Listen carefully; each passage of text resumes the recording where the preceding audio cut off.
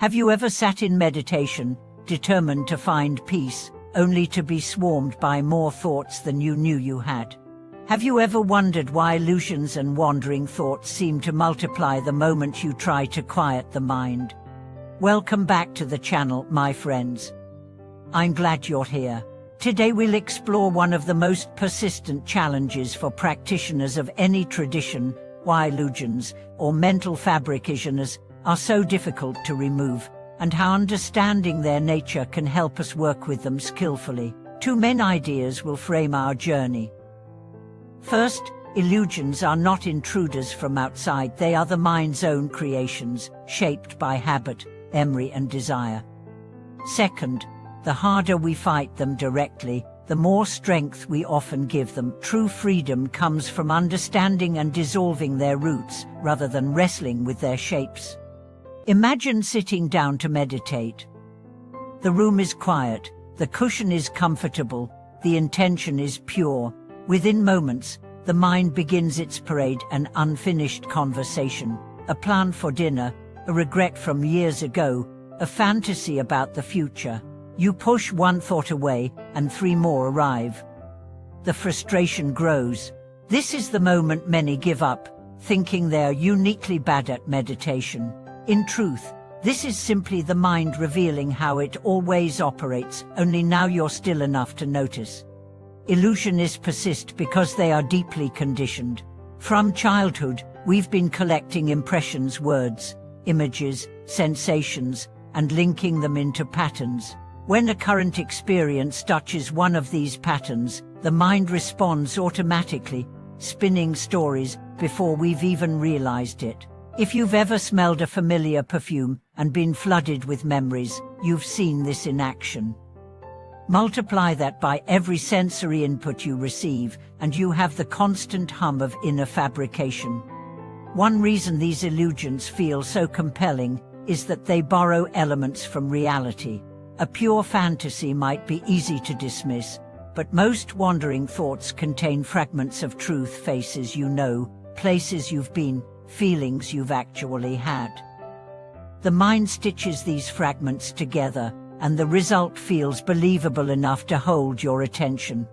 Fighting them head-on often backfires. Telling yourself, "Don't think about that," is like telling someone, "Don't imagine a red apple." The very act of pushing keeps the image alive. The more effective approach is to notice the thought, label it gently, planning, remembering, judging, and let it pass without feeding it more material. Over time, the mind learns that not every rising needs your participation. A helpful metaphor is the sky and the clouds. Thoughts are clouds, some light and passing, some heavy and stormy. The sky does not try to push them away. It holds them without resistance, knowing they will move on their own. Your awareness is that sky. The more you identify with it rather than with the clouds, the less power any single thought has over you. Certain conditions make illusions stronger. Fatigue, for example, weakens the mind's clarity, allowing habits to run unchecked. Strong emotions, anger, fear, excitement, act like winds, stirring up the dust of thoughts. Even overexposure to stimulation, like constant media or multitasking, can leave the mind so restless that sitting still feels unbearable. Recognizing these conditions allows you to adjust your lifestyle to support calmer states. I once knew a practitioner who was tormented by repetitive thoughts about a past mistake. No matter how much he meditated, the same scenes replayed. His teacher suggested he stop trying to block them and instead examine them like a scientist. Each time the thought arose, she asked, "What triggers it? How does my body feel when it comes?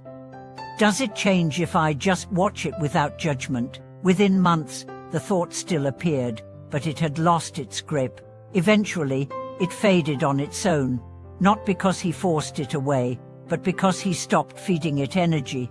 An important truth is that illusions are not inherently bad, they are simply unexamined. The creative mind that generates them is the same mind that can generate insight, compassion, and art. The key is to become the director of your mind's productions instead of a passive audience. This requires steady awareness and patience, not self-condemnation. Daily life offers endless opportunities to practice. Waiting in line and catching yourself replaying an argument, notice it, return to the breath. Driving and imagining a future disaster, notice it, return to the sensation of hands on the wheel.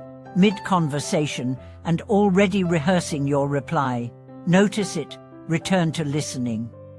These moments, repeated over time, train the mind to dwell more often in reality than in fabrication.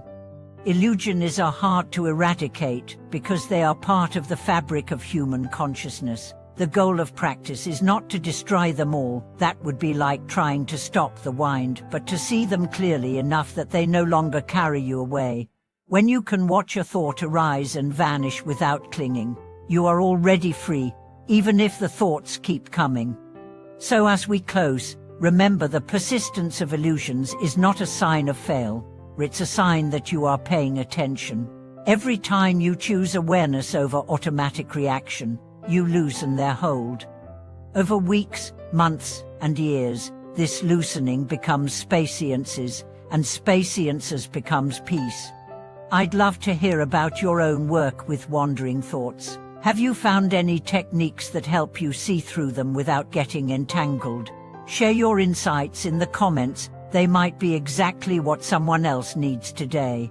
If this conversation has been useful, please subscribe to the channel, click the like button, and share it with anyone who struggles with the storms of the mind. Thank you for watching this video.